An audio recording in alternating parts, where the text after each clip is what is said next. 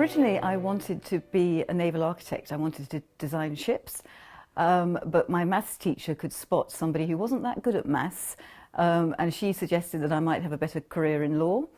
I went to university and studied philosophy and literature, so a million miles away from ship design, quite a long way from law as well, but actually philosophy taught me to think and to analyse problems, and that actually turned out to be a good basis on which to move then into law. After I finished my philosophy degree, I joined the College of Law in Guildford and spent 2 quite happy years there learning about the law. It was quite intense. I think it still is quite intense for people going through that phase in their training. And at the time, it was much easier to get articles, as they were then called, the training part of a legal profession. So I applied to a London firm. I really had no idea what kind of law I wanted to do. I didn't know what kind of law existed. I didn't know the different kinds. But I ended up in a medium-sized law firm in London and loved it. I'm afraid to say there aren't any very grand plans or great thoughts behind my career progression. It's always been slightly haphazard. When I was working in a law firm, it was, as I mentioned, in the City of London.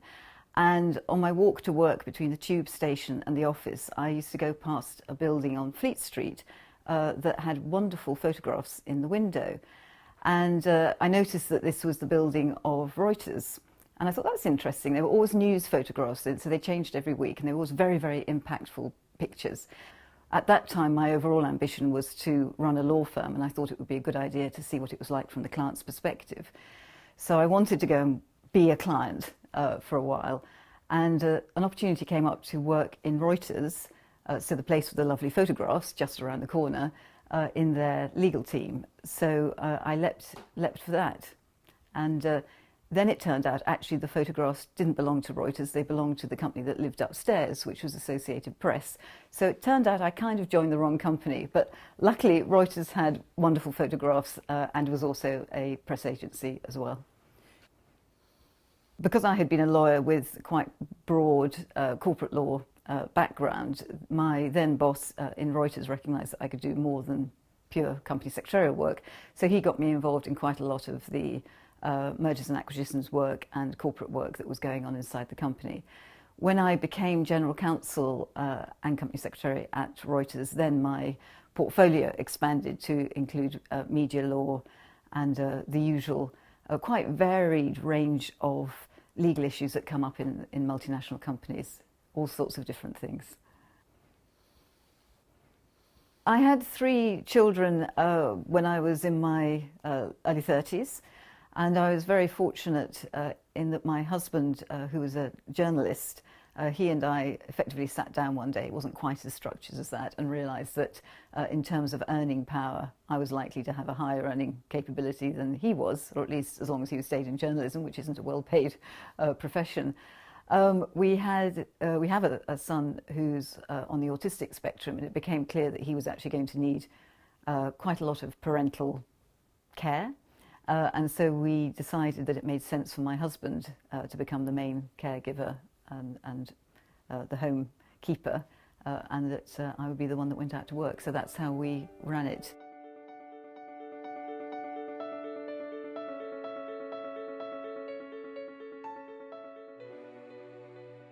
I went into that company as a chief executive, which was really fun. So it was a change of role, change of size, sort of change of sector, although the practical law company was also a online information company, which at its heart is what Reuters was. So there was that that similarity there. I really enjoyed my time there. Sadly, I had to move on after just a year because one of my children became quite ill. So I left that company reluctantly because it was a lovely company to work for, and they've gone on to do great things.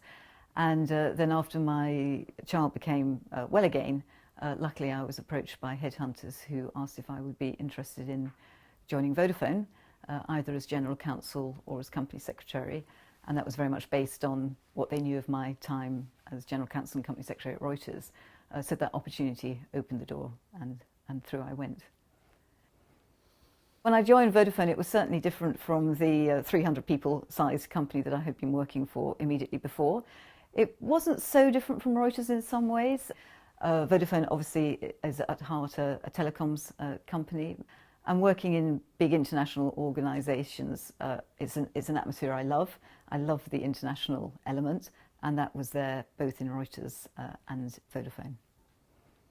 I think it's important for lawyers to be commercial in how they approach the law, but actually I'm also a strong adherent to the values of the legal profession and the importance of lawyers of upholding the rule of law, doing what's right.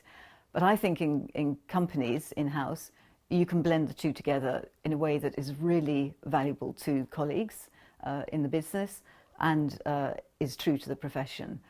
To be honest, I get quite irritated with some commentators who imply that by going in-house you've somehow thrown away your moral compass. It's quite the reverse. Your job is to have a clear view of that moral compass and to encourage others in the company to do what's right as well. I think women in the legal profession actually have been able to forge good careers for themselves, and I think the 100 Years Project is testimony to that.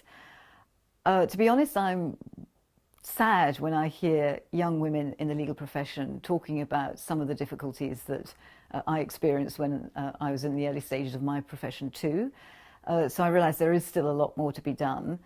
I think some of it is about just taking the opportunities, and there are so many wonderful women doing excellent things in the legal world now, and I just hope that other young women can look at them, look at their colleagues who are managing to work out the equation for themselves and go forward, and do the same. I do think women are very good as lawyers. I think we have the empathy that you need. I think we have the ability to look at the wider picture, which I think is a valuable attribute. I think women tend to be curious, which is another good attribute, and we can think logically too. So why wouldn't women be excellent in the legal profession? And they are.